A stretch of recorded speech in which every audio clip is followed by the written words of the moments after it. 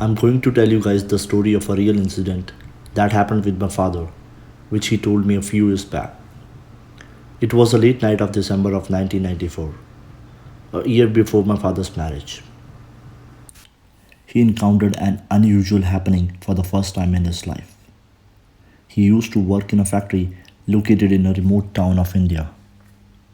Every day, he used to go to the work in the afternoon and return at night. He used to stay with his sister's family in that town. It was one of the coldest nights of that winter when it happened.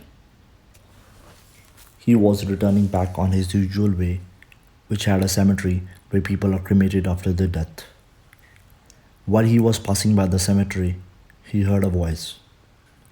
He looked back, but nobody was there. He moved a little forward when he heard the same voice again, but this time he saw a little girl under a dim lamppost. My father looked around and found no one else besides that girl. He asked her what was she doing alone in this frosty night outside. She did not respond, however, started crying. My father asked her if she had forgotten her way to home. Surprisingly, she responded, "This is my home," pointing her finger towards the cemetery, which was as quiet as that winter night itself. My father looked towards the cemetery and suddenly the lamppost started flickering. He turned around but did not see the girl there. He called for her but did not get any response. He then decided to return back to his home as it was already late. That night, he had to stay by himself as his sister, along with her family, had gone to visit her parents. After reaching home, he lay down on his bed and pulled his comforter all the way up to his head. The moment he was about to fall asleep, he heard the girl's voice again.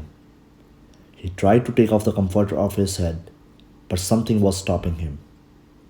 He felt like if somebody was trying to choke him. He struggled for a long time and he felt that force was incomparable with that of any physical being. He started chanting Hanuman Chalisa, a prayer towards mythological Hindu god whom every supernatural and evil fears. After some time, he did not feel the force anymore, which tried to choke him, but for some reason, he was still unable to take off the comforter off his face. And when he finally did it, it was already 4 a.m. in the morning. He struggled for almost the entire night. That was the day when my father started believing in forces beyond human control.